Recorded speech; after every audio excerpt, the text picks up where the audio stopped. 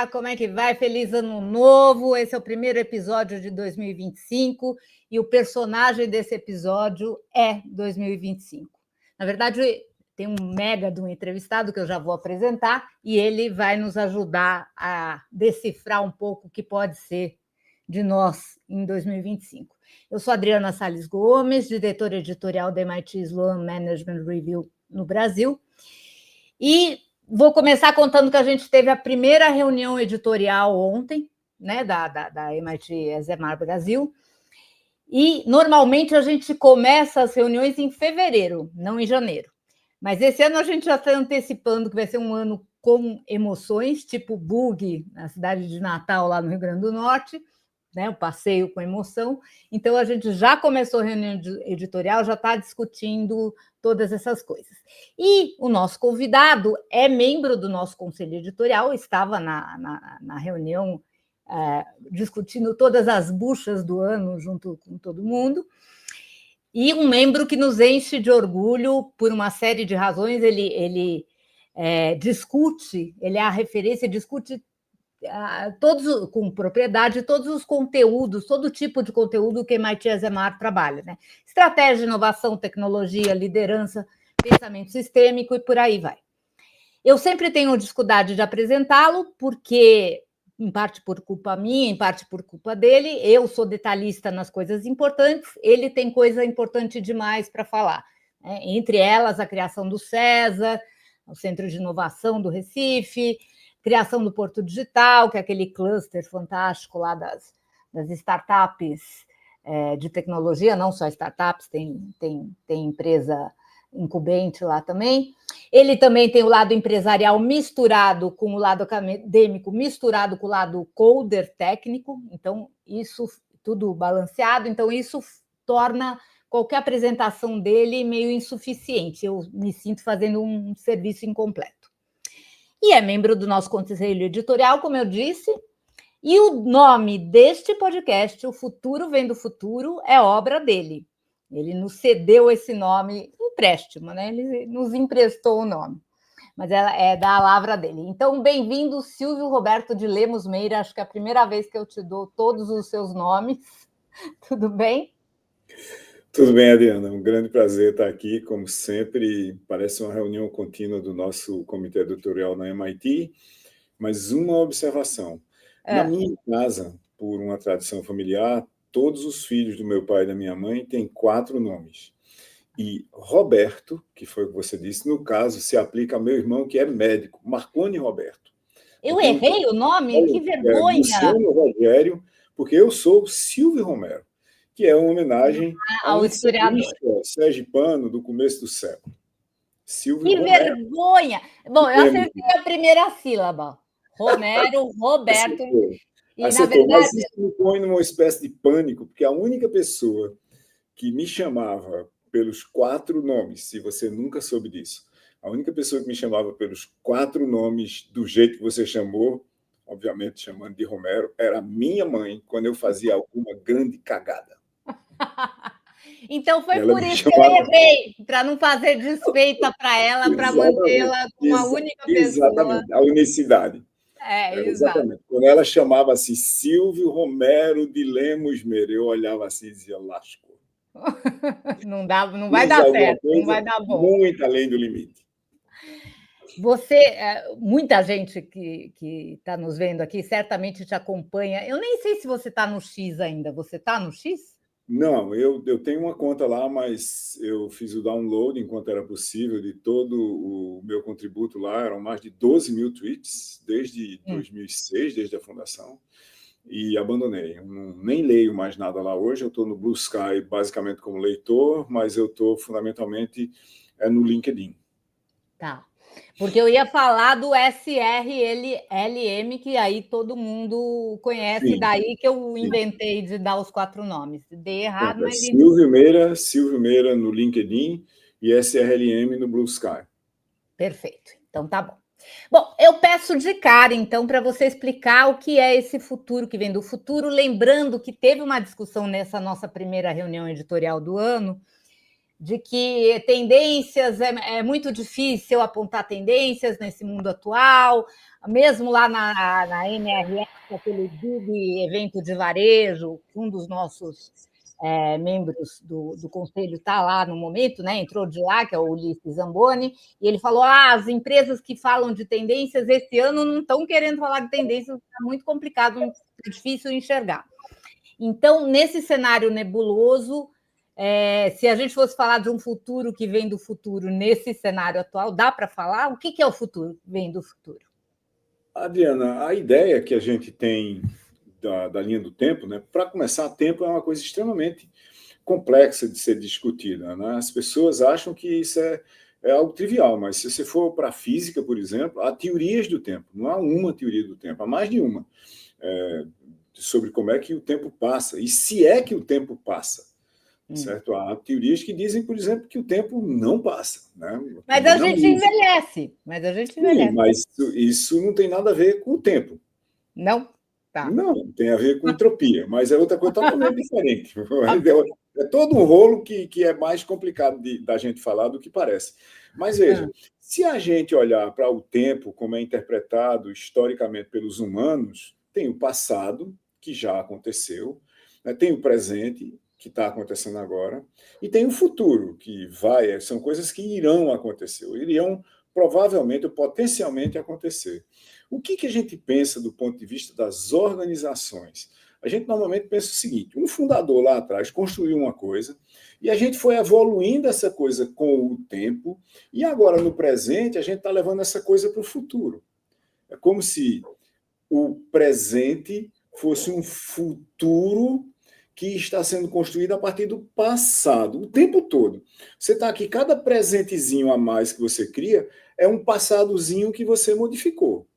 Tá. Então, as organizações tendem a ver, e tendem a sentir, e tendem a falar isso, do tipo, não, porque os princípios criados pelo nosso fundador em 1946, eles têm que não sei o que lá, papapá.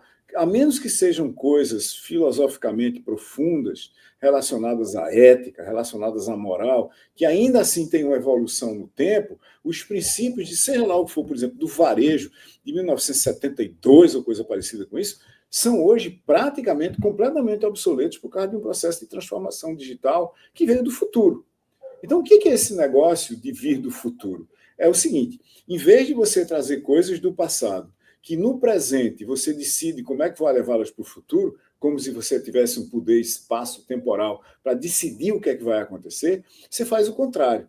O tempo todo no presente, você olha para os inimagináveis possíveis futuros, sempre são muitos na sua frente ou à sua frente, e você pega 2 ou 3 ou poucas daquelas coisas, pouquíssimas organizações têm capacidade de pegar muitos possíveis futuros, que são coisas que estão na periferia do espaço-tempo, estão na periferia das estratégias das organizações, estão na periferia das operações, nem estão na periferia de nada ainda, são só imagens. E aí você pega esses possíveis futuros, prototipa como pilotos de possíveis realidades, e uma hora que esses pilotos começam a entregar algum tipo de valor para alguém na sociedade, no seu ecossistema, internamente na empresa, para o seu mercado, assim por diante, eles se tornam presentes e imediatamente se tornam obsoletos.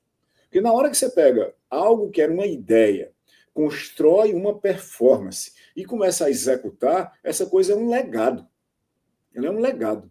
Ou seja, toda vez que você diz criamos isso, essa coisa foi para o passado.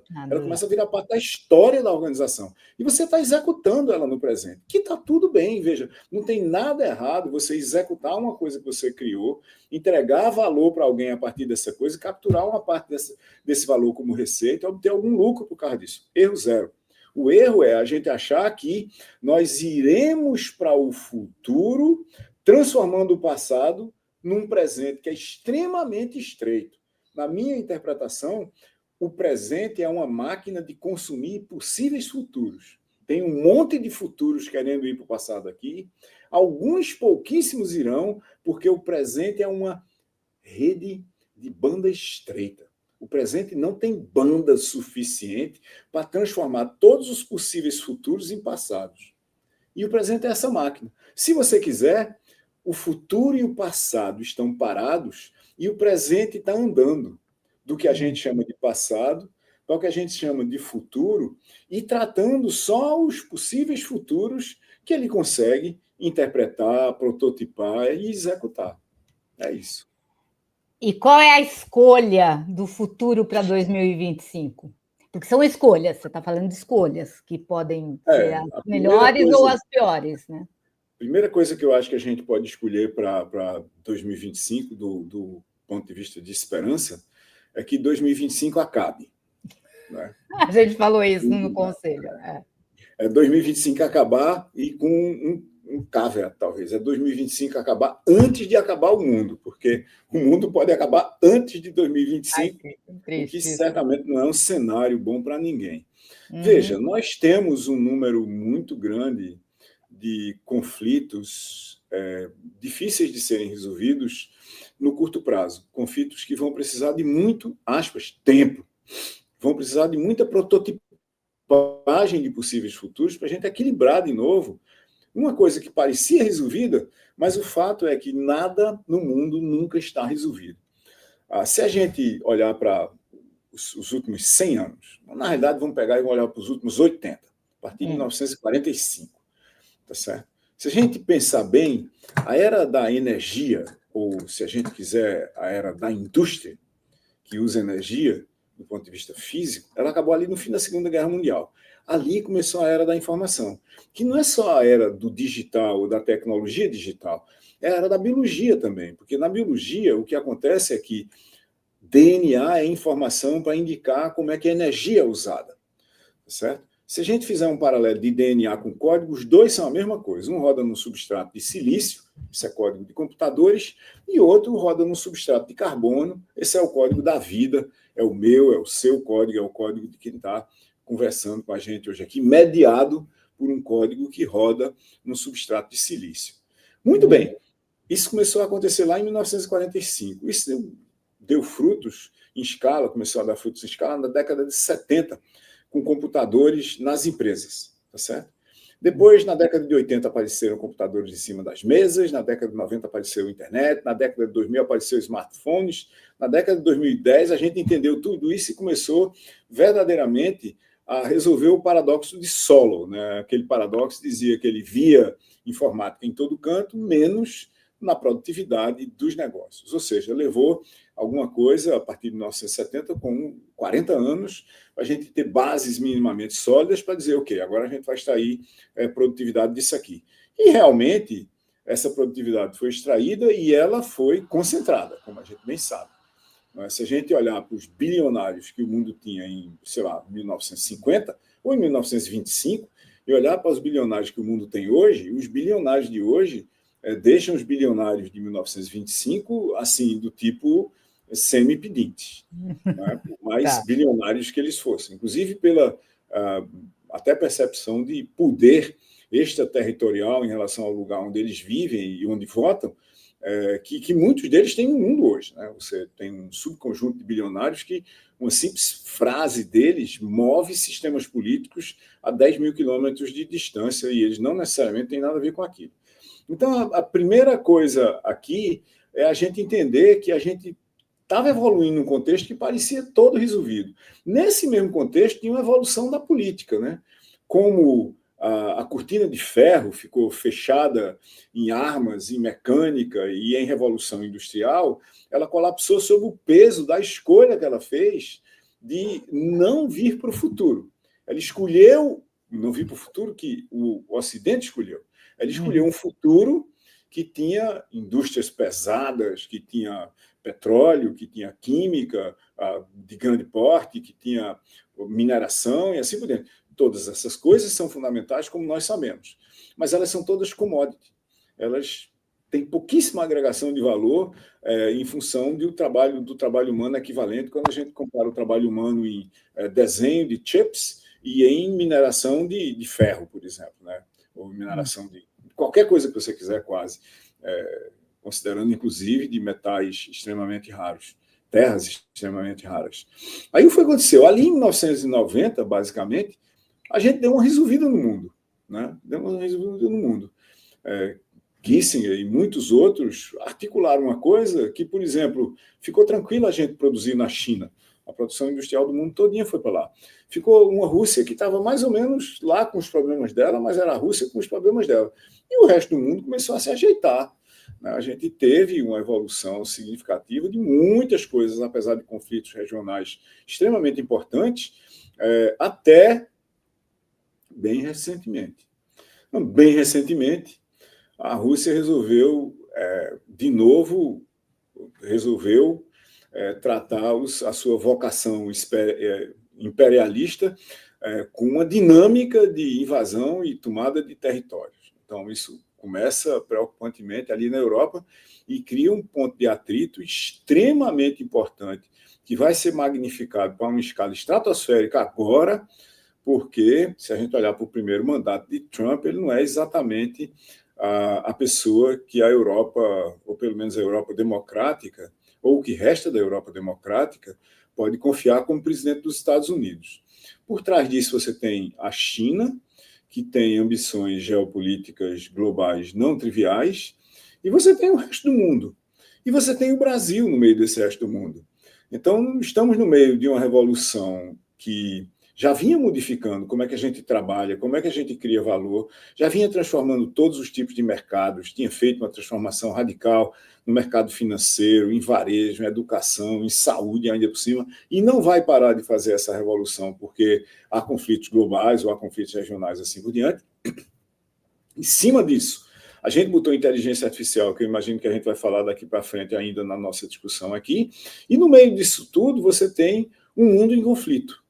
Um mundo em conflito, onde, de novo, parece que nós vamos, apesar de todas as dificuldades do planeta, nós vamos investir mais dinheiro em armas do que em educação, saúde e previdência.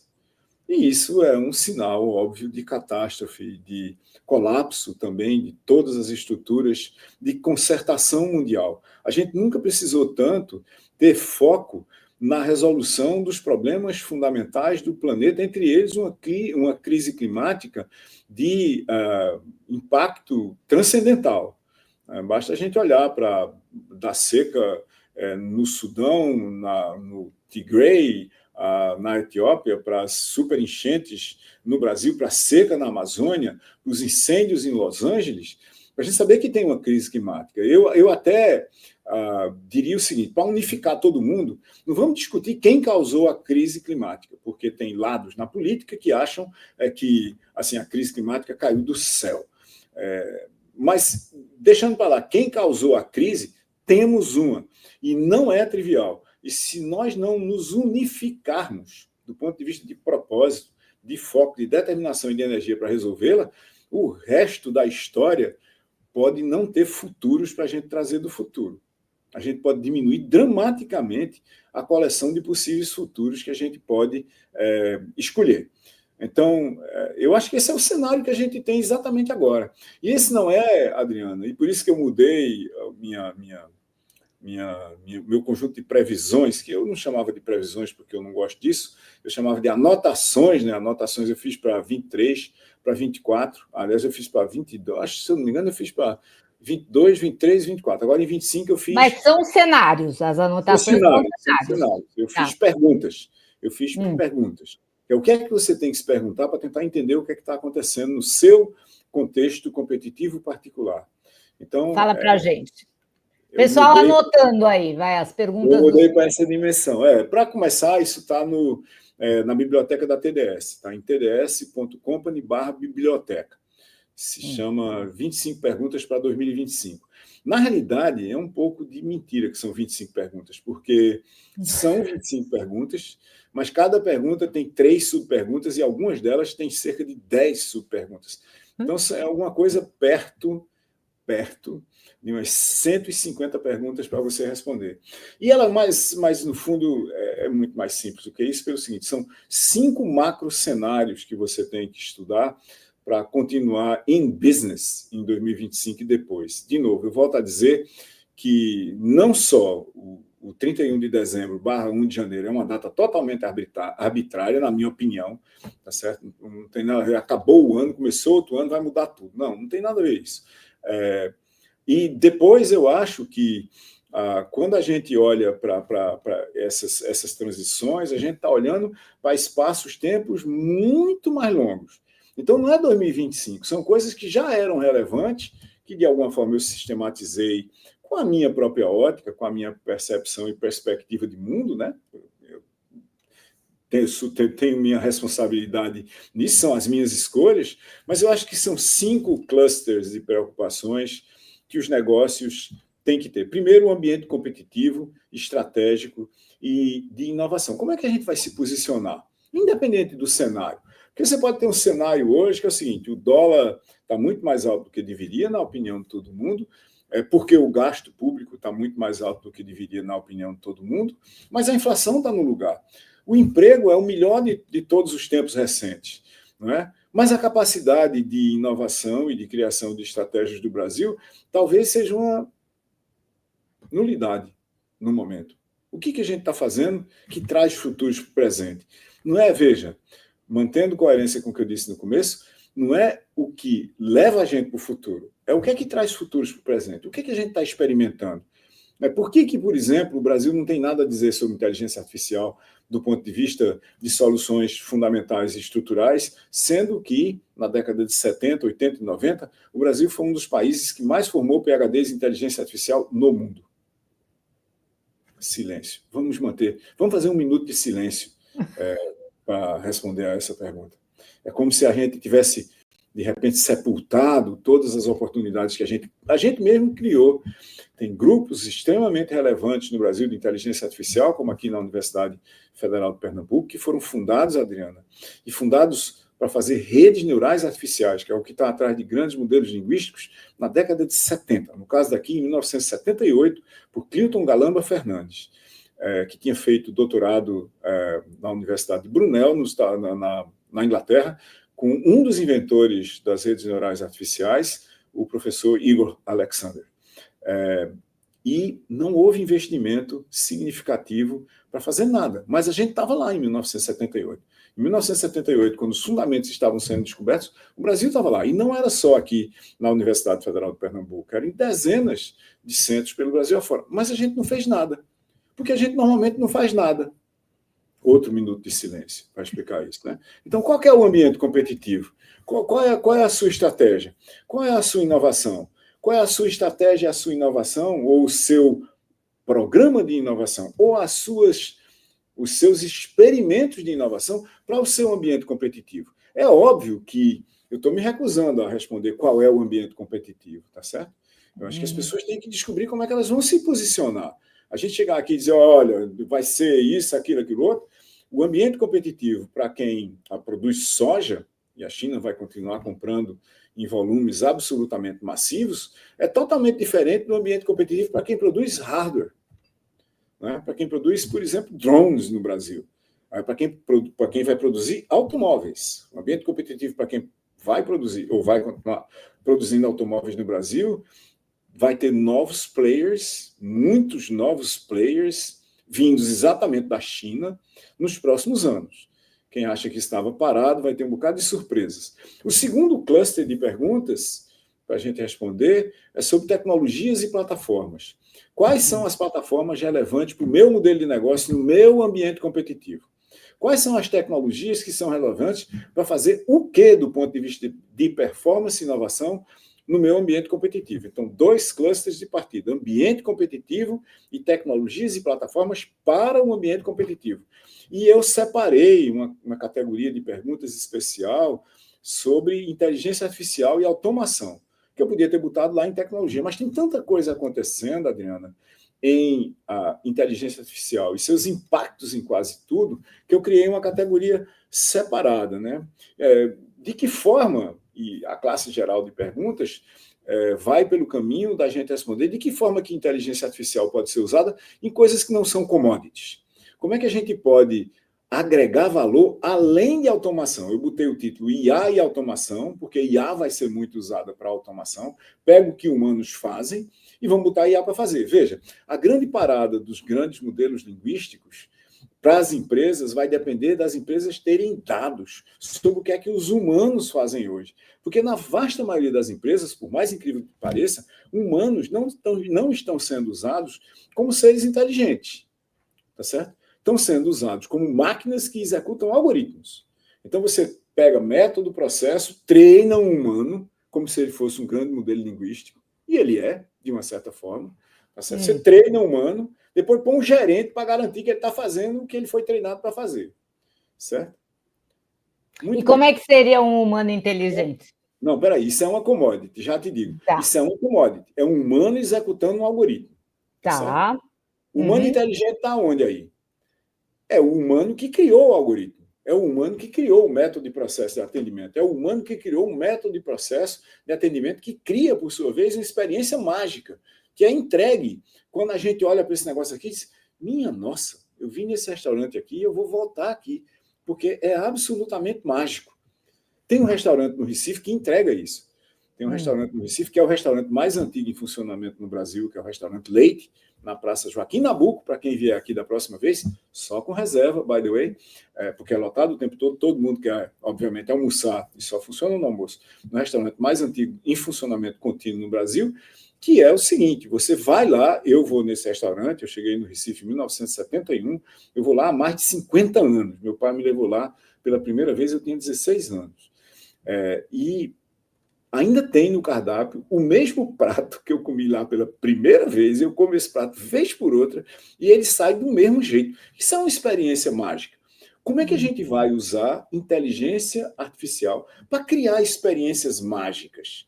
Mas mágicas mesmo, que as pessoas se lembrem delas, aspas, para sempre, mesmo que o infinito tenha fim. Tá certo? A quarta classe de perguntas tem a ver com tudo isso que eu falei até agora, ambiente, tecnologia, plataforma, inteligência artificial, mas é sobre pessoas. Pessoas, qualificação, trabalho, emprego e renda. O que as pessoas vão ter que saber? Quais são as habilidades emergentes, Adriana? O que a gente vai ter que aprender? E eu, de novo, nem me pergunto, porque eu vou me recusar a responder. Quem quiser saber quais são as perguntas detalhadas, é tds.company/biblioteca, baixa o relatório que está lá para a gente discutir depois. Eu estou totalmente aberto à discussão sobre esse assunto. E a última classe de perguntas é um cluster de 5 pontos sobre impacto, sobre sustentabilidade at large. Veja, não é sustentabilidade de ecossistemas, assim por diante. É sustentabilidade de modelos de negócios, sustentabilidade do negócio em si. Vamos nos ligar aqui que desde a década de 30/40, o tempo de vida das empresas que estão nas principais bolsas de valores do mundo vem caindo. As empresas vêm morrendo mais rápido. Por quê? Porque inovação está cada vez mais rápida do ponto de vista de inovação em modelos de negócio, em transformações de mercados. E isso tem impacto em sustentabilidade at large, do ponto de vista da sobrevivência de modelos de negócios e de empresas. Então, impacto, sustentabilidade, regulação, que é uma coisa fantástica, que todo mundo devia pensar em ter, em economia, que é o quarto ponto desse cluster, e em política, onde eu acho que a gente devia tratar do aumento da transparência, da representação, devia tratar das fundações da democracia. Porque tem muita gente, e muita gente nos ambientes de negócio, achando que a autocracia é bom para os negócios. E a história mostra, e essa galera deveria ler história, deveria ler livros de história, não só sobre as autocracias recentes, como o nazismo na Alemanha a partir de 1932. Devia ler sobre as autocracias na história da humanidade. O pior negócio que existe para qualquer negócio é um líder autocrático. Você fica completamente refém. Agora, as empresas deviam fazer essas 5, que são 100 e tantas, né? Mas essas 5 perguntas todos os anos, certo? Isso deveria ser um exercício constante de reflexão.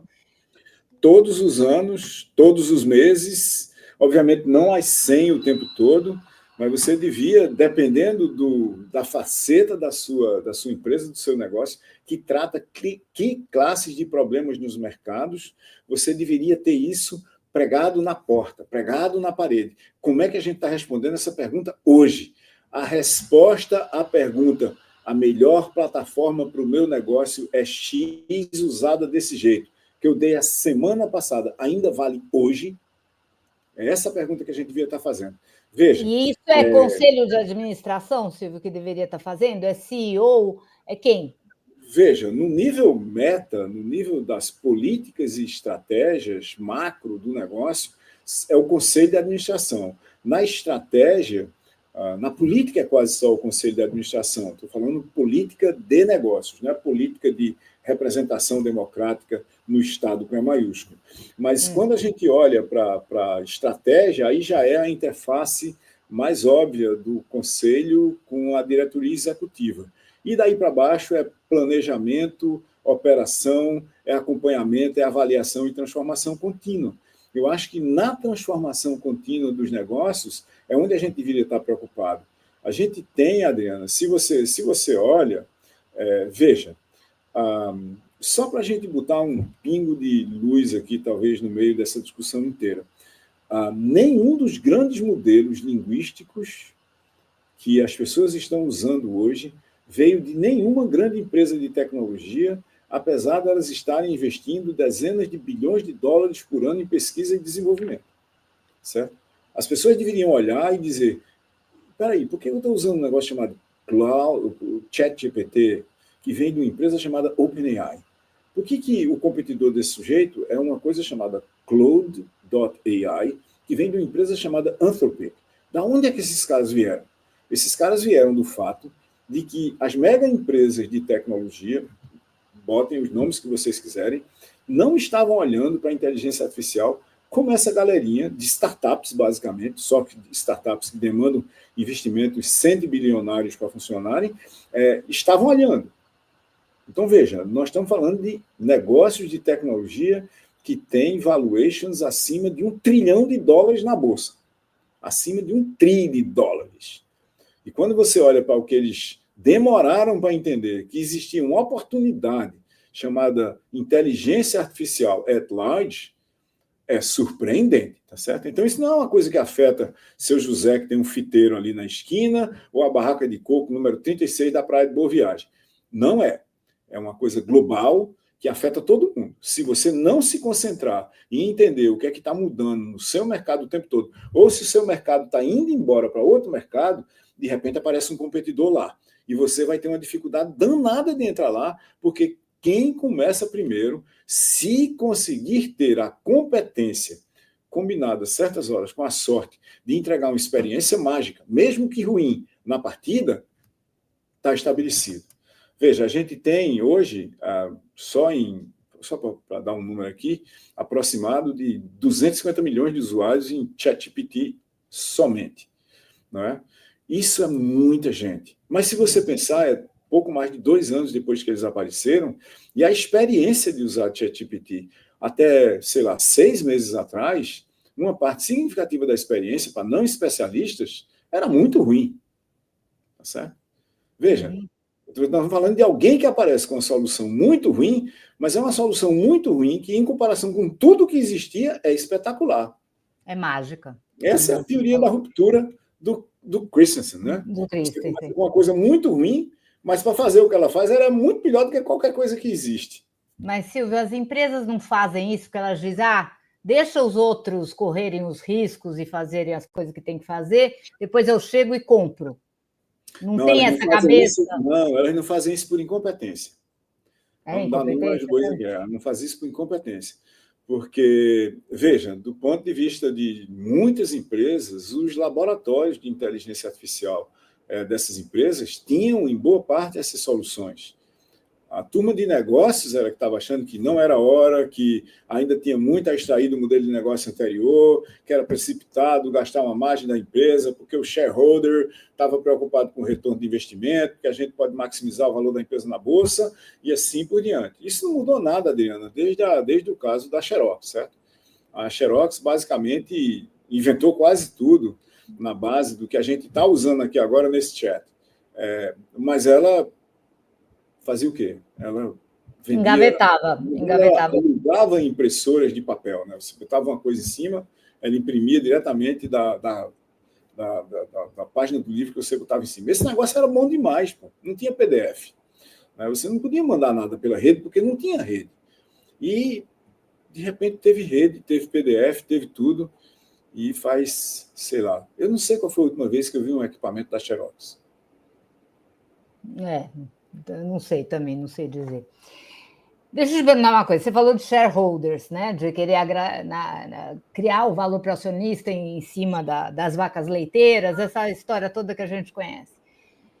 Uma das previsões, o Scott Galloway, muita gente, eu acho que nos acompanha, sabe quem é, veio para o Brasil no final do ano passado e falou, olha, ou ele falou no começo desse ano, acho que quando o Zuckerberg anunciou as mudanças lá do Facebook, que a gente tanto discutiu no conselho editorial, né? E aí ele falou assim, olha, agora sobem shareholders, sobem os acionistas e caem os stakeholders, que é todo, né, todo o nosso discurso nos últimos anos é do capitalismo de stakeholders, é de olhar para as várias partes interessadas ligadas a essa visão sistêmica do mundo, né? E as empresas teriam que se abrir, seguir menos Milton Friedman e se abrir mais aos stakeholders. Você está vendo desse jeito, até em cima do que você falou, vai ser acionista completamente de novo e o stakeholder dane-se? É isso? Olha, o que eu acho é que a gente está numa espécie de um vale, né? Você tem como se você fizesse uma subida de uma montanha dificílima de subir, né? Você diz, olha, temos que levar em conta todos os stakeholders. Aí você vai subir nessa montanha. E no começo é fácil, porque significa coisas assim elementares. Nós temos que tratar os funcionários como seres humanos. Veja, isso é difícil para muita empresa até hoje. Vamos tratar as pessoas como seres humanos iguais a, aspas, os fundadores. E adultos, seres humanos adultos. Né? Aí eu acho que adultos é um detalhe. Mesmo que eles não queiram ser tratados como adultos, nós tratá-los-emos. Certo? Bom, tá. Lá vai. E aí você começa a subir essa montanha. E aí você começa a descobrir que dá para criar expectativas fantásticas, né? Se a gente usar energias renováveis, se a gente reciclar quase tudo, se a gente minimizar o nosso uso de energia, até nos nossos algoritmos e assim por diante, parará, a gente vai resolver tudo. Mas a gente não vai resolver tudo no curto prazo. Ninguém resolve nada no curto prazo. A melhor solução para qualquer coisa de curto prazo é o longo prazo. Não tem nada socialmente, significativamente útil, desejável, demandável, realizável ou complexo que seja resolvido no curto prazo. Nada.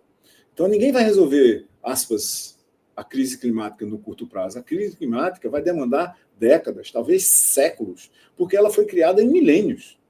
Não é assim, minha empresa vai se comportar e está tudo resolvido. Aí, depois de 10 anos da sua empresa se comportando, você descobre, por exemplo, que o Brasil, veja, o Brasil, que tem uma capacidade semi-infinita de geração de energia limpa em eólica e solar no Nordeste, por exemplo, só para citar duas fontes, entrega subsídios à mineração de carvão para uso na geração de energia. O tom é de R$1 bilhão por ano, se eu não me engano. Por favor, depois as pessoas me corrijam, mas esse é o número que eu tenho na cabeça, um número redondo. Então, a gente poderia investir R$1 bilhão a mais em geração de energia limpa, mas não, a gente subsidia minas de carvão. Não tenho nada contra as pessoas que trabalham no carvão, mas elas deviam ser reskilled ou upskilled para trabalhar em outra coisa. Porque sustentar os empregos que estão lá agora é continuar sujando uma matriz energética que podia ser a mais limpa do mundo. Você subsidiar térmicas. Para que exatamente? Então, depois de um certo tempo, dessa subida nessa montanha das expectativas de que nós vamos resolver tudo, o player individual, por maior que ele seja, pense na maior empresa de capital aberto do Brasil, por exemplo, ele olha assim e diz, eu não vou conseguir resolver nada de tamanho significativo desse problema. Por quê? Porque esse é um problema de todos. Ou todos resolvem, ou o problema não se resolve. Não é? E aí ele começa a descer a montanha das expectativas para um vale da desesperança. Tá certo? Que é onde eu acho que os programas de ESG, de DEI, estão entrando agora. Estamos indo para o Vale da Desesperança porque eu, que fiz a minha parte, não consegui resolver tudo, a desigualdade continua aí, os problemas de inclusão e de equidade continuam aí, e assim por diante, e os outros não estão fazendo a parte deles. Então, esse negócio está me custando dinheiro, eu não vou fazer a minha. Eu acho que algumas poucas empresas responsáveis, realmente responsáveis, determinadas e movidas a propósito, e eu tenho o prazer de estar no conselho de algumas delas, vão continuar fazendo isso, mesmo que seja um esforço solitário. Ninguém vai desistir de fazer a sua parte, porque os outros não estão fazendo a deles. É a mesma coisa que eu olhar para cidades brasileiras em geral e eu decidir que eu vou jogar lixo na rua, porque tem um monte de gente jogando lixo na rua. Não, eu não vou jogar lixo na rua. Aconteça o que acontecer, eu vou guardar meu lixo dentro do meu carro. Se eu estiver no carro, eu vou botar no meu bolso, se eu estiver no transporte público, e depois eu vou achar uma lata de lixo, e se eu não achar nenhuma no meio da rua, eu vou levar para uma na minha casa, por mais tempo, por mais complicação que isso me cause. E eu acho que tem essa parte desse vale da desesperança de ESG, DEI ou DS no momento. É lamentável, é extremamente lamentável, e eu acho que as próximas gerações vão pagar caríssimo por isso, e isso é falta pura e simplesmente de uma ética intergeracional da vasta maioria das pessoas que estão tomando esse tipo de decisões, seja nos parlamentos, nos executivos, nos conselhos, nas diretorias executivas das empresas. Nós não podemos viver na perspectiva que temos que resolver o mundo para nós. Não é nem o mundo para mim, nem o mundo para os meus, nem o mundo para esse povo que está vivendo aqui agora, esses 8 bilhões de habitantes do planeta Terra. Daqui para frente viverão dezenas, se tudo der certo, centenas de bilhões de pessoas cujas vidas e qualidade de vida nós vamos comprometer com a nossa falta de ação para resolver problemas fundamentais agora. Silvia, essa imagem que você fez de descer a montanha, porque as coisas não estão funcionando mesmo, então não adianta, isso vem de uma tomada de decisão baseada em análise custo-benefício. Não, de curto prazo. De curto prazo. Não de propósito, por exemplo. Uma coisa que você fala que é importante na nova economia digital, digital, tal, é o propósito. E aí essas empresas não têm. Então, como é que está essa questão do propósito nesse cenário? Você falou que algumas empresas, a gente até estava discutindo, teve um monte de gente desativando o programa de diversidade e inclusão, e a Apple está indo contra a corrente, por exemplo, né? Então, ela botou, de alguma maneira, o propósito na jogada. As empresas brasileiras têm menos, além de não ter esse apego ao longo prazo, têm menos propósito, no fim das contas? Eu não sei, Adriana, eu acho que não é justo comparar assim. Eu estou no conselho do Magazine Luiza, por exemplo, que é uma empresa com propósitos claros, discutidos, debatidos até pela sociedade, inclusive pela presença social fortíssima da Luiza Trajano, da Luiza Helena Trajano, que é a presidente do nosso conselho. E como o Magalu, tem centenas de outras empresas, milhares, eu diria, tem dezenas de milhares, muito mais do que a gente pode contabilizar. O problema é que a gente é um país colonizado. Então, as pessoas ficam aqui falando do programa de diversidade e inclusão da Apple. E esquecem que tem empresas extremamente significativas no Brasil, com ações ambientais, com ações de diversidade, de inclusão, de equidade, de sustentabilidade, do ponto de vista relativo à economia e o impacto no Brasil, maiores do que qualquer outra empresa internacional, provavelmente. Mas a gente tem que se descolonizar nesse sentido absolutamente claro da palavra. Não é o decolonialismo que é tão decantado em certas áreas do design no Brasil, por exemplo. Não é por aí. É um descolonialismo da gente olhar para a gente e dizer o que a gente está fazendo. O que a gente está fazendo que é relevante? Por que a gente não fala da gente e fica sempre procurando um exemplo lá de fora? Né? Você sabe da minha frase histórica aqui, que é derivada de uma frase do professor Eduardo Costa, que foi da Universidade Federal de Minas Gerais, e eu costumo dizer que o Brasil é aquele país onde tudo que é dito em inglês é verdade. Então, a gente fica debatendo uma coisa aqui no Brasil durante anos e anos e anos. Todo mundo entende, mas ninguém faz nada. Aí, de repente, vem alguém e diz inglês. Pronto, aí lascou.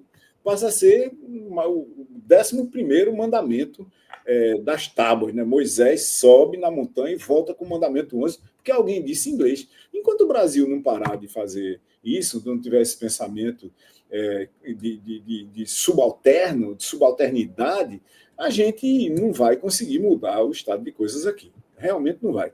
Veja, a gente tem que fazer, basicamente, uma coisa que o Brasil fez nos últimos anos, né? Tem uma coisa mágica no Brasil que a gente não consegue, em certas horas, ver, que é a transformação do cachorro vira-lata, né? O cachorro de rua, no caramelo.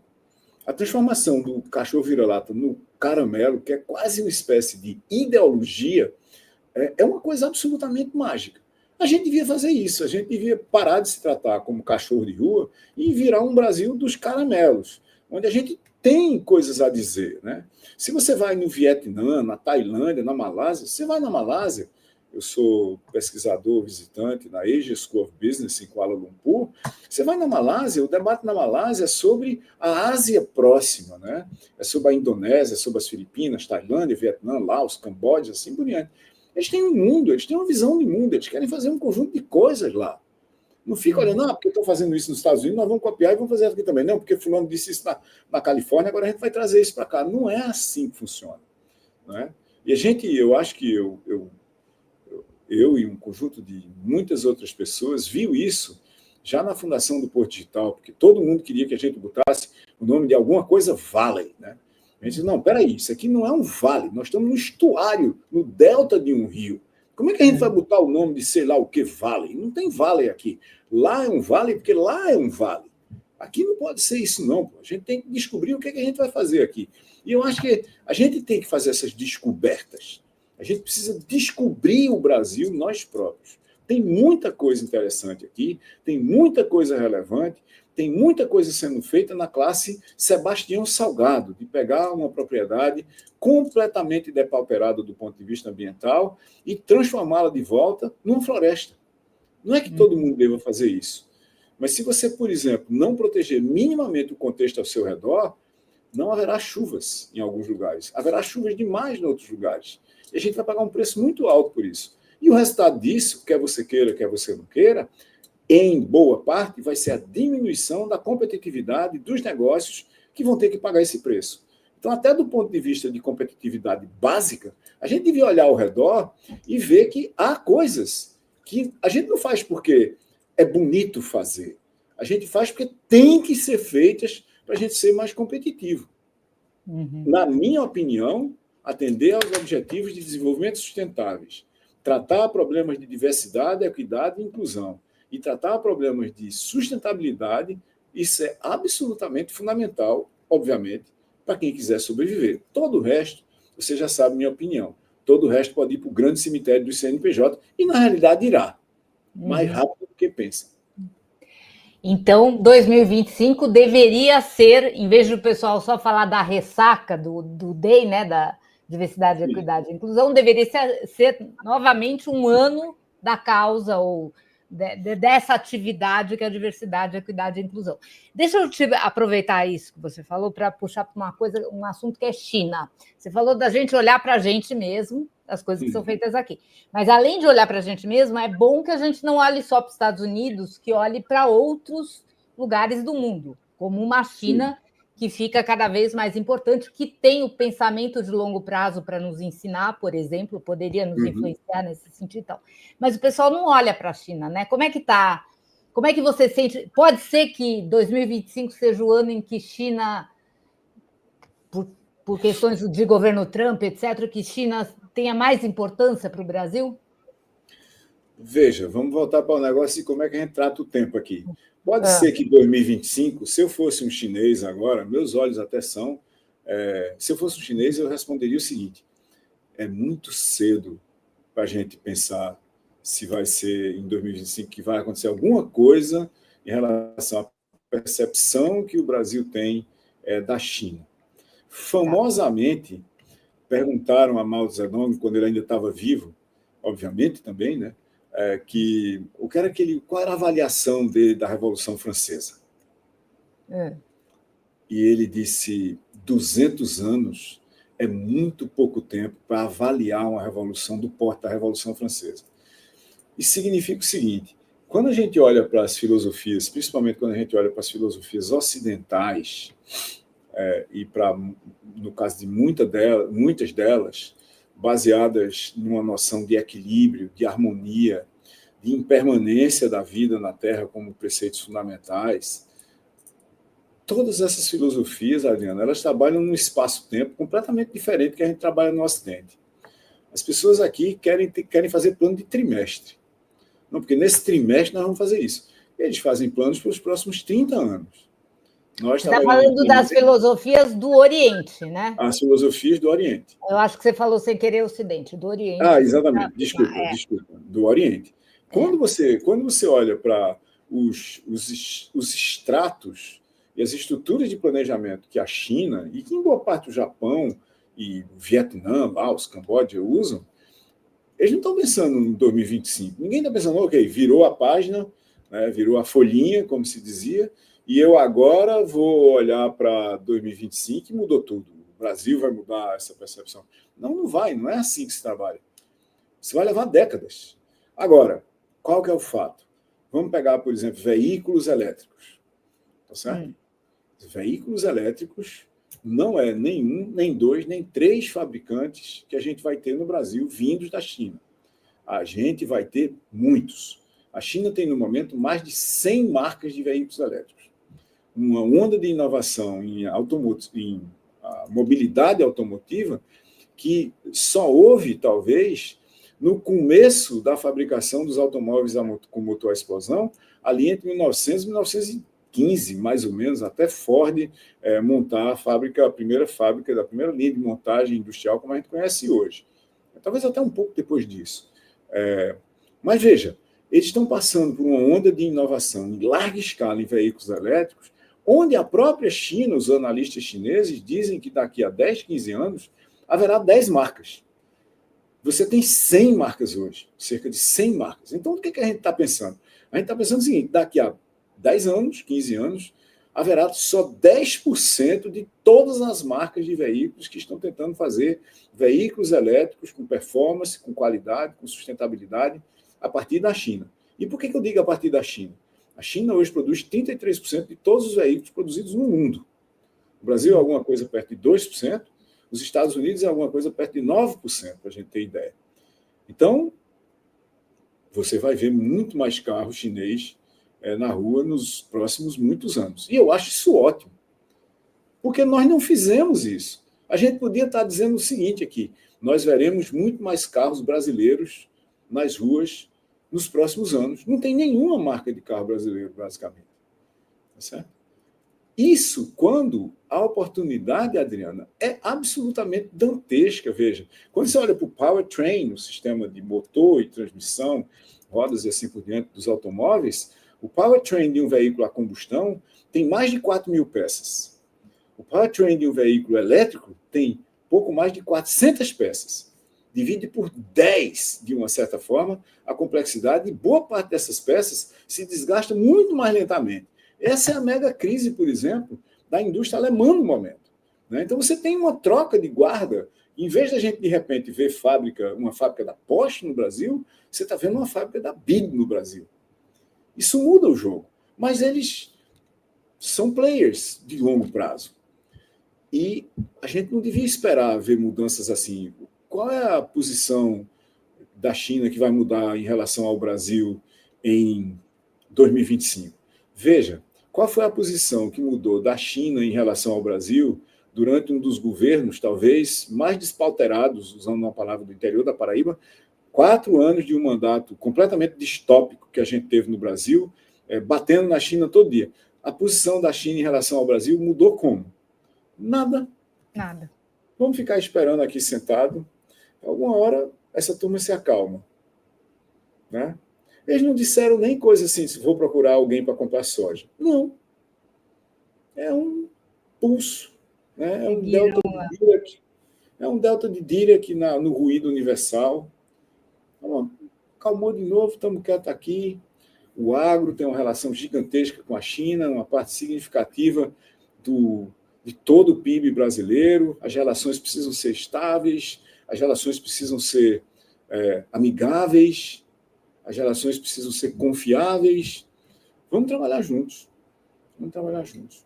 É isso então, que eu acho que é. Então, daí eu tiro duas perguntas. Né, só para. Já que você também faz 25 perguntas, depois mais 100, eu estou na mesma linha. Então é interessante olhar mais para a China. E segunda, 2025 a gente devia pensar para ele durar 30 anos. Por aí. Eu acho que 30 anos talvez seja muito. Mas eu olharia para 2025 para ele durar pelo menos 10 anos. Quando a gente olhar para 2025, se você olhar para as idades das pessoas que lideram a maioria dos grandes países do mundo, elas vão estar provavelmente fora da política daqui a 10 anos. Uhum. A gente tem uma porcentagem muito grande de líderes muito idosos.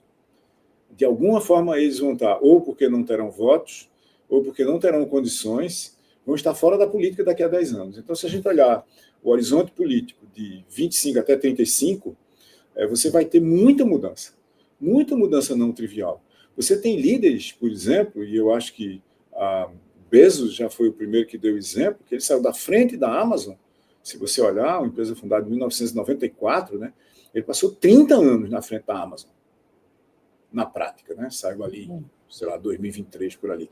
3 décadas. Se você passar 3 décadas à frente de uma empresa como a Amazon, de que adianta você ser um dos homens mais ricos do mundo se você todo dia tem que dar 18 horas por dia de trabalho? Uhum. Certo? Alguma hora ele diz, espera aí, eu vou ser chairman. Uhum. Eu vou ver se tem vida lá fora. Tá certo? Talvez Zuckerberg não esteja à frente das empresas dele. Talvez a posição de Musk tenha mudado significativamente. Talvez a posição de Ellison tenha mudado significativamente. Talvez Nadella não esteja à frente da Microsoft. Talvez muita coisa. Talvez aconteçam coisas que a gente não espera. E do ponto de vista dos líderes políticos, ainda mais. Daqui a 10 anos, o presidente do Brasil terá 90 e tantos anos. O presidente da China também. Dos Estados Unidos também. Então muda muita coisa. Não triviais. 10 anos, né? É um prazo curto. É um prazo curto. 2025 é um ano longo. É um ano que vai durar 3.000 dias. 3.650 dias. Perfeito. Então vamos pensar agora nesse 2025, de 10 anos, tá? De tendências dele. Uma das tendências que o Galloway colocou, por exemplo, vou dar uma comparada só para te provocar. Ele olha para as coisas do ponto de vista da tecnologia influenciando as coisas. Entendo que você também faz um pouco isso, então tem um paralelo aí. Só que ele, por exemplo, não fala de China. Engraçado, né? Aí China não é um não assunto para ele. Mas ele fala de TikTok, ele fala de empresas chinesas, eu tenho que dar a mão à palmatória. Mas ele fala muito de fusões e aquisições, por exemplo. Eu queria pegar esse exemplo, ele acha que vai explodir fusão e aquisição em 2025.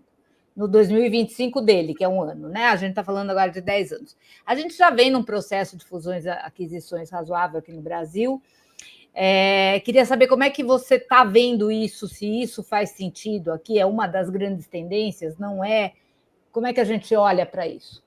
Veja, fusões e aquisições, Adriana, é sempre uma grande tendência, não é de 2025. Agora vai ser um ano de fusões e aquisições. Como assim?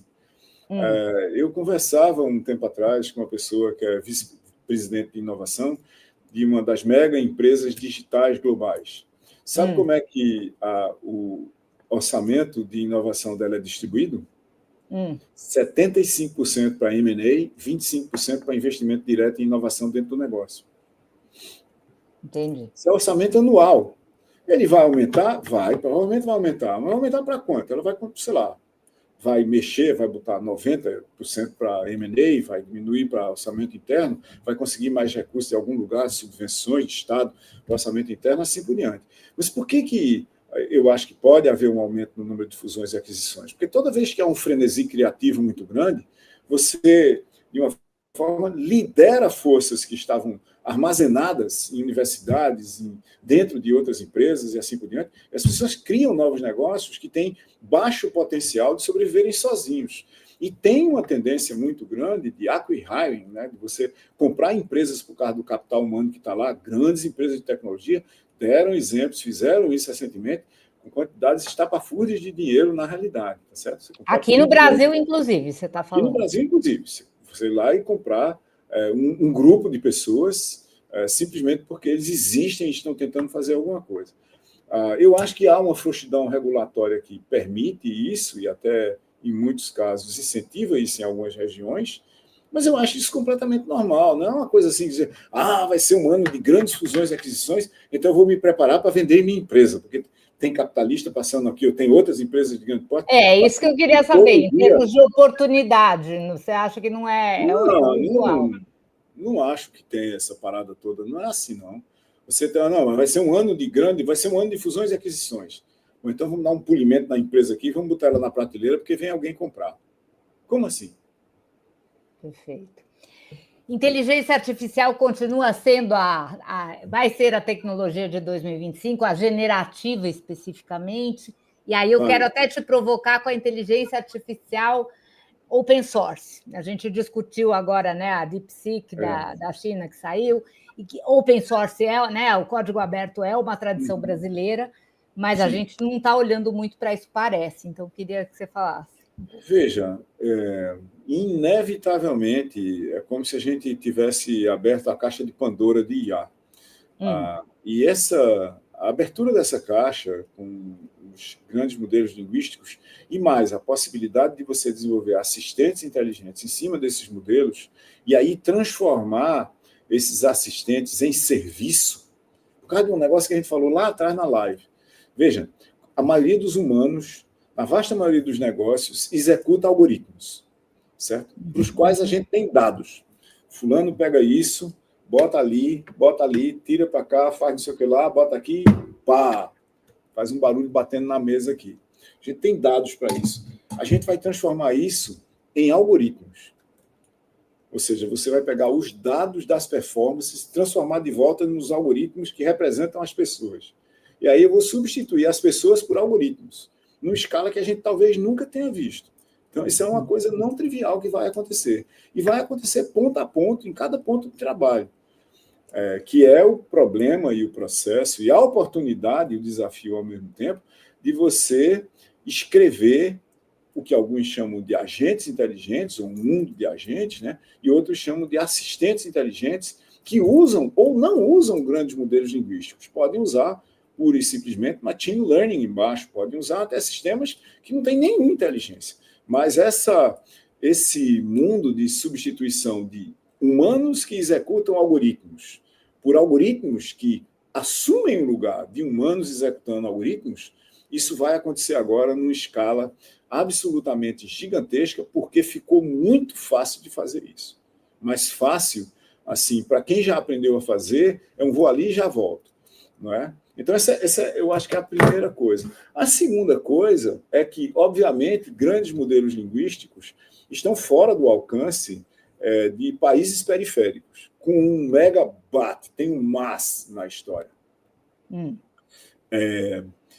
A estimativa que a gente tem é que Gemini Ultra de Google é um modelo que custou, depende de como você calcula, entre 120 e 190 milhões de dólares para ser treinado. Nós estamos falando de um modelo que teria levado de 700 milhões de reais a tipo 1 bilhão e 200 e 300 milhões de reais para ser treinado.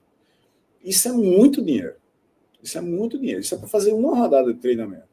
Aí chega o pessoal de DeepSeek, que é um negócio de tecnologias para inteligência artificial, e para inteligência artificial, criado por um fundo de investimento chinês. Ele nem tem, aspas, um empreendedor. Montou-se um fundo, criou-se um negócio, botou-se uma galera extremamente inteligente para tocar a coisa e treina um modelo que entra de cara entre os melhores modelos do mundo, e é um modelo aberto, que foi treinado por 6 milhões de dólares. Olha, 6 milhões de dólares continua sendo muito dinheiro, especialmente para um país que, estruturalmente, como o Brasil, não investe em ciência, tecnologia e inovação. Mas 6 milhões de dólares, que são 36 milhões de reais, não é 1 bilhão de reais, entendeu? E aí o jogo muda, porque os pesos, a configuração, os parâmetros desse modelo, eles estão publicados. A gente pode ir lá, pegar, olhar, ver o que é, fazer a próxima versão, fazer uma versão daquilo para uma inteligência artificial de Estado no Brasil, e nada impede, porque a gente tem inteligência no Brasil para fazer isso, que a gente decida fazer um modelo aberto para a gente dominar o processo de fazer no Brasil. Não é nem que a gente precise fazer. Há centenas de modelos abertos hoje. O problema é a gente desenvolver no Brasil a capacidade de entender, de modificar, de evoluir, de transformar e de usar de uma forma que ninguém esteja usando para, obviamente, criar diferenciais competitivos sustentáveis. Porque simplesmente aprender a fazer pergunta na caixinha ou na interface de programação de qualquer grande modelo linguístico, isso é commodity, todo mundo já sabe fazer. A gente tem hoje, provavelmente, centenas de milhões de pessoas no mundo que são especialistas em prompt engineering, seja na interface direta, na interface humana direta, ou na interface de programação. Isso, ninguém pode chegar e dizer, eu tenho um diferencial competitivo que eu sei fazer pergunta para modelo linguístico. Me conta outra história, porque nessa eu não vou acreditar que é um diferencial competitivo, não. Faz sentido a gente investir nisso como país? Faz. A gente tem uma estratégia para fazer isso? Não tem uma estratégia. A gente tem um plano para fazer isso? Tem.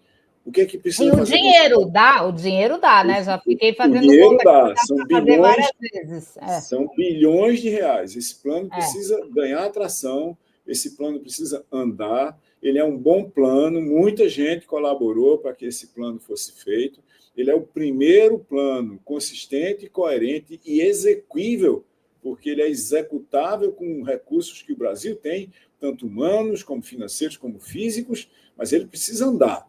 A gente no Brasil é muito criativo. Se pedirem para a gente fazer um plano para fazer qualquer coisa, a gente faz. Mas a gente precisa de execução. O Brasil precisa executar mais. E o Brasil não é bom de execução. Então, pode ser também um lema para esse 2025, que vai durar 10 anos. Sim. Eu quero te perguntar uma outra coisa para esse período também. O nosso personagem continua sendo 2025 ampliado agora. Você tem se debruçado muito sobre estratégia e racionalidade. E racionalidade me parece ser uma coisa que combina com o ser humano em geral e que combina com o Brasil também. Então, eu queria que você explicasse um pouco isso e como isso, de alguma maneira, poderia ajudar as empresas brasileiras. Adriana, o ponto que a gente tem, veja, é o seguinte: como é que as pessoas evoluem suas organizações historicamente? Elas vão para escolas de negócios, entendem como é que outras organizações evoluíram no passado e evoluem as suas no presente, como outras organizações evoluíram no passado, às vezes distante, 5 anos, 10 anos atrás, assim por diante. O que isso faz quando você olha para as microsegmentações, onde quase todos os mercados globais foram colocados hoje, né? Micromercados de tudo que é de coisa. Você acaba olhando para empresas do seu mesmo mercado. E aí você vai copiar atrasado alguma coisa que alguém fez lá atrás que talvez já não funcione mais hoje. Certo? Então, eu use racionalidade para tratar esse problema da seguinte forma: descubra você mesmo a teoria de mudança do seu negócio. Não adianta você olhar para trás e ver como foi que a Apple criou um produto. Um dia desse eu estava numa discussão de pequenas e médias empresas e alguém fez uma exposição brilhante sobre o processo de criação de um determinado produto, não era de todos, inclusive, era de um certo nicho, de produtos da Apple. E enquanto a pessoa fazia a exposição, eu estava pesquisando, eu nunca tinha visto aquela coisa descrita daquele jeito, eu estava pesquisando como era que aquele negócio tinha sido feito e quanto era que tinha sido investido ali. E o investimento era um mísero 5 bilhões de dólares. Essa era uma palestra para pequenas empresas. Então, a gente tem que ter noção da realidade. O que é ser irracional? É você fugir da norma do mercado, que todo mundo tem que fazer as coisas de um determinado jeito. Não porque a Apple fez isso assim. Meu amigo, veja só, a margem de lucro da Apple é estratosfericamente alta para ela pegar dezenas de bilhões de dólares por trimestre para investir em coisas que ela não faz a menor ideia se elas vão ter resultado ou não, nem agora, nem quando, nem se vão ter resultado. Então, a gente tem que criar as nossas próprias teorias. Ser irracional no momento, do ponto de vista global, é ser racional localmente. É você olhar e se interpretar em você mesmo. A vasta maioria dos líderes de negócios no Brasil e no mundo não sabe qual é a teoria do seu negócio, não sabe por que o negócio funciona em detalhe, não sabe como é que ele se posiciona no mercado, em detalhe, não sabe como é que o marketing do negócio funciona, em detalhe, não sabe como é que a inovação funciona, não consegue definir a estratégia. Se você perguntar de bate-pronto, defina aqui por que o seu negócio existe ou deveria existir, e com quem que ele compete, por que ele compete, e para que ele compete, a vasta maioria das pessoas não sabe, a vasta maioria dos líderes não sabe. O que a gente precisa fazer é aprender a fazer isso. Isso significa agir contra a corrente do mercado, que empresas são commodities fabricadas por consultorias. Se todo mundo pensar do mesmo jeito, todo mundo é uma commodity. Você pode ser a empresa mais sofisticada do mundo, mas se tem 10 iguais a você no seu mercado, você é uma commodity. Eu acho que a busca de todos os negócios é por uma singularidade. Não é a singularidade tecnológica de que, de repente, chega a IA e toma conta de tudo e domina o mundo. Não é essa. Mas é a singularidade de cada um ser único no que faz. Aí as pessoas vão ter uma razão para me procurar, para eu entregar para elas alguma coisa que só eu posso entregar. Ou só eu posso entregar daquele jeito, naquele formato, com aquela embalagem, com aquele price performance. E isso é o que está faltando. Então a gente volta. Desculpa, a gente volta. Eu tenho um longo texto sobre isso. Eu tenho um longo texto sobre essa parada, que quem procurar no meu LinkedIn, Silvio Meira, vai ver lá que eu fiz um post sobre esse texto. Deixa eu até falar, pessoal, todos esses links que o Silvio está indicando, a gente vai colocar no texto para todo mundo poder consultar, tá? Navegar. Mas deixa eu te perguntar uma coisa. A gente volta um pouco, então, para Michael Porter nisso, que o Michael Porter falava muito da necessidade dessa diferenciação, até tinha uma discussão que ele pegou isso do Jack Trout, do Al Ries, do marketing lá atrás, tal. É isso, é essa diferenciação que estranhamente, ou de modo interessante, combina um realismo de que eu não sou a Apple com uma irracionalidade global. É isso que nós uma espécie falando. De utopia realista. Saiba quem você é. Você é o fiteiro da esquina. Não porque a Apple faz tal coisa, porque o Google fez isso, ou porque a 3M fez aquilo, ou porque o Walmart fez aquilo, ou porque um cara que tem 5 supermercados fez.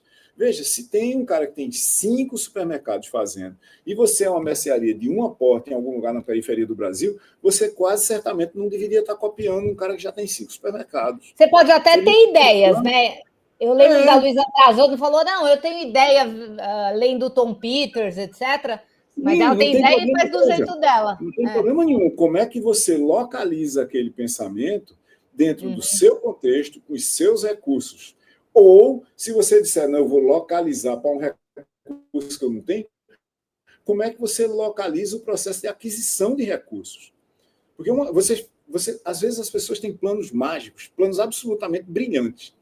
Vou contar uma história aqui desse negócio de você agir irracionalmente, mas aí irracionalmente mesmo. Um dia desse chega um empreendedor para mim e me mostra um pitch assim, pá, fantástica a ideia. Aí eu olhei para aquele negócio aqui e disse, tem alguma coisa errada aqui. Aí depois de um tempo eu descobri o que era, eu perguntei, onde é que estão os impostos? Ele disse, não, com impostos esse plano de negócio não funciona. Eu digo, mas que coisa brilhante. Então, você está aqui me convidando para uma formação de quadrilha, né? De crime federal, sonegação de impostos, e você está me convidando para entrar num negócio que, se tiver imposto, não funciona. Como que pode? Então, veja, não é esse tipo de irracionalidade, tá certo? Porque aí é uma irracionalidade que tem uma prescrição legal contra ela. Você não pode ser irracional a ponto de dizer, não, eu não vou pagar imposto. Então, tem coisas racionais que são fundações para você trabalhar irracionalmente. Tem um recurso que você não tem. Bote isso na sua equação de irracionalidade. Eu preciso descobrir uma forma de obter esse recurso aqui. Capitalistas de risco investem nisso aqui? Não, mas talvez fundações que apoiam negócios na periferia, no caso da minha mercearia de uma porta, no Morro, no Rio de Janeiro, vou atrás disso, eu vou descobrir como fazer. É a irracionalidade na beira, quase na borda da gambiarra. Como é que a gente faz coisas que não poderiam existir, mas existem? E dá para fazer isso em todo negócio de todo tamanho, é óbvio. Perfeito. Eu ainda vou te perguntar de gambiarra aqui no meu roteirinho aqui. Deixa eu perguntar uma coisa. Veja, vamos falar. A gente está falando a 1h15 e eu tenho um outro compromisso daqui a pouco. Tá bom, vamos lá que eu vou acelerar. Vou fazer uma sequel dessa daqui. Tá bom, mas me dá mais um tempinho aqui. O que as empresas estão fazendo de errado na IA que elas podem fazer certo, passar a fazer certo? Ficar só em automação, só em eficiência, não ficar em modelo de negócio. Sendo bem básico, Adriana, o que todo mundo está fazendo certo, mas vai dar errado para todo mundo, é o seguinte: todo mundo está trabalhando com automação, que é exatamente o mais básico, é o mais fácil de ser introduzido, e é o que todo mundo está fazendo. É o mesmo problema da introdução de CRM nos negócios de varejo na década de 90. Tá. Todo mundo que não botou quebrou, porque não conseguia falar com seus clientes. Todo mundo que botou ficou exatamente igual, porque ninguém tinha uma estratégia diferencial. Não adianta você trazer uma tecnologia e fazer o que todo mundo está fazendo. É a mesma coisa que você dizer, venha comprar no meu negócio porque a gente usa energia elétrica. Ninguém fala isso, certo? Por quê? Porque todo mundo usa energia elétrica. As pessoas não têm essa percepção de tecnologia. Eu vou botar uma tecnologia aqui, eu vou botar IA no meu negócio e logo eu vou ficar muito diferenciado porque eu uso IA. Olha, você usar IA para fazer qualquer coisa no seu negócio já era. Todo mundo já usa. Então, não é mais um diferencial. Nós usamos IA. Sim, e daí? Me conta outra. Não funciona, não é assim. Então, eu tenho que ter uma estratégia para usar IA para criar diferenciais competitivos. Se eu não souber fazer isso, esqueça. Não necessariamente modelos de negócio novos, não ainda. Não necessariamente modelos de negócios novos, pode ser no seu modelo de negócio atual. Mas, se você não souber como usar isso para alguma coisa que lhe torna em algo único, você vai cair na vala comum, onde, obviamente, é um oceano vermelho. A gente conhece isso nessa revista aqui, certo? Perfeito. Então, agora, já que você está me apressando, eu vou fazer o ping-pong rápido aqui do finalzinho. Você responde rápido também, não vale eu perguntar rápido e você demorar para responder, que senão a gente não consegue. Vou fazer isso, tá. Gambiarra que você gostaria de ver no Brasil em 2025? Uma gambiarra que eu gostaria de ver no Brasil em 2025 era a gente criar uma forma muito menos agressiva de controle de pragas em larga escala no agro. Perfeito. Dá para fazer com IA. Dá para fazer com IA. Já deu a dica aí, o pessoal que está acompanhando. Política governamental que você acha extremamente necessária para já, para ontem? Transformação total e completa da educação do Brasil, ontem, em larga escala. Se for preciso, jogar fora tudo que a gente está fazendo agora, porque é quase inútil. Não dá para mudar quase. A gente tem que começar do zero, boa parte. Inclusive na universidade. Todos os níveis educacionais, né? Pós-graduação também. Melhor decisão que um conselho de administração poderia tomar em 2025? Ou poderia um melhor modo de funcionar do que funciona hoje? Melhor que ele poderia fazer em 2025, de diferente? Descobrir o que é uma estratégia. Tem alguém nessa live aqui, tem alguém nesse podcast aqui que escreveu um livro inteirinho sobre isso, chamado O que é Estratégia. A vasta maioria das discussões que eu participo sobre estratégia de qualquer coisa não trata de estratégia de coisa nenhuma, porque a vasta maioria das pessoas não sabe o que é uma estratégia. Fala de aspirações, né? O pessoal normalmente tem uma lista de aspirações. E aí sai da lista de aspirações diretamente para a execução. Normalmente é um fracasso total e completo. Quando vira a folhinha, faz outra lista de aspirações e decreta que essa é a nossa estratégia para o ano da folhinha virada. Não é. Estratégia é um processo de transformação de aspirações em capacidades, é alguma coisa extremamente complexa e difícil de ser feita, é uma coisa de longo prazo, revisada, redesenhada e transformada continuamente. E simplificando muito, o que o pessoal pula é essa parte das capacidades, né? Criar capacidade. Completamente, sai diretamente para a execução e não instala o processo de transformação.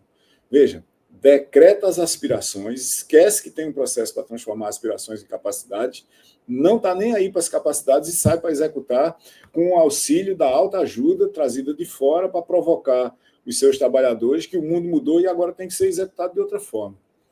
Por isso que as empresas estão vivendo menos. cada vez menos. Se você for ver as que estão vivendo mais, é porque elas têm estratégia. Tá. Eu ia te pedir exemplos, mas vamos tocar aqui, senão a gente não... Vamos tocar, senão a gente não acaba. Futuro do trabalho em 2025, considerando o trabalho híbrido, considerando substituição de mão de obra humana por IA, considerando tudo que você pode pensar aí, skilling, reskilling. Veja, futuro do trabalho a partir de 2025. Com o que a gente tem hoje de grandes modelos linguísticos, toda a capacidade de trabalho cognitivo, criativo dos seres humanos já está obsoleto da mediana para baixo. Ou seja, a metade inferior da performance, quem estiver na metade inferior da performance, já se tornou obsoleto agora. 40% de todo o trabalho de advogados pode ser feito por IA agora, 40% de todo o trabalho de escritório pode ser feito por IA agora, muito mais de 50% de todo o trabalho de um aluno de doutorado pode ser feito por IA agora. Tá. E? Eu paro aqui. Aí o resto das pessoas têm que se perguntar. Não, com isso. Tem debate inteirinho no texto das 25 perguntas para 2025 sobre o que é que a gente faz. E o que a gente faz? A gente vai ter que desaprender um bocado de coisa que a gente sabia, a gente vai ter que aprender um bocado de coisas novas, a gente vai ter que aprender ou reaprender matemática, lógica, programação, a gente vai ter que aprender a discutir coisas complexas, a gente vai ter que aprender a refletir, a gente vai ter que aprender, incrível que pareça, a pensar no local de trabalho. Se a gente não estiver fazendo isso, a gente é desnecessário. A gente é guiado por algoritmo. Eu lembro de uma experiência que você fez uma vez numa palestra, que você mandava as pessoas levantarem e sentarem para mostrar o comando do algoritmo, é mais ou menos isso. Né? É isso mesmo. Bom, eu já perguntei de diversidade e inclusão aqui. Você quer dizer alguma coisa, tem alguma coisa a acrescentar sobre diversidade e inclusão nesse 2025 ampliado? O vale é da desesperança, mas não podemos desistir. Essas ações são estruturais, estratégicas, e elas continuam necessárias e fundamentais para todos os negócios e para toda a sociedade. E não é só uma questão moral, é uma questão também de lucro nos negócios. É uma questão de sustentabilidade. Veja, se a pessoa achar que vai investir em DEI ou em ODS ou em ESG, e isso vai gerar lucro imediato, aí perdeu tudo. Aí já é desnecessário, tá certo? Tá. A sustentabilidade, o lucro que eu disse é a longo prazo, né? Quer dizer, sobrevivência e tal. E o aprendizado mais importante para 2025 que as pessoas devem ter? O aprendizado mais importante para 2025, primeiro é o seguinte: não tem nenhum ano novo. Está tudo velho. A felicidade não bateu à sua porta. Você vai ter que trabalhar arduamente para conseguir ser equilibrado, no mínimo, tá certo? E não adianta fingir que não é com você. Tem uma transformação digital aí, já existia, onde plataformas estão transformando todos os mercados e os fundamentos dos negócios estão sendo transformados nesses mercados por novas leis de competição, e tudo isso acabou de ser acelerado por inteligência artificial. Se você está achando tudo muito confuso, talvez você deva se mudar e botar uma pousada em Pipa. Tá bom. Maravilha, Silvio. Gente, eu queria continuar. Ele que quer parar, tá? Só quero deixar claro isso, mas eu vou botar os links todos que ele falou. Vamos fazer uma série, Adriana. Eu não assisto séries, mas eu poderia trabalhar numa série. A gente faz uma série. Uma vez por trimestre, a gente pode atualizar essa conversa aqui, daqui até o fim do ano, para ver se o ano acaba antes do fim do mundo, ou se de repente o ano não tem a possibilidade de acabar. Não vai acabar, não. Tudo você está sendo otimista. Você está sendo otimista sem fundamento. Você não falou que daqui 10 anos esse monte de líder horrível que o mundo tem vai morrer, vai sair de ser? Mas nós precisamos chegar lá, Veja, vamos trabalhar para chegar lá, porque... Não é? Vamos trabalhar para chegar lá. É verdade.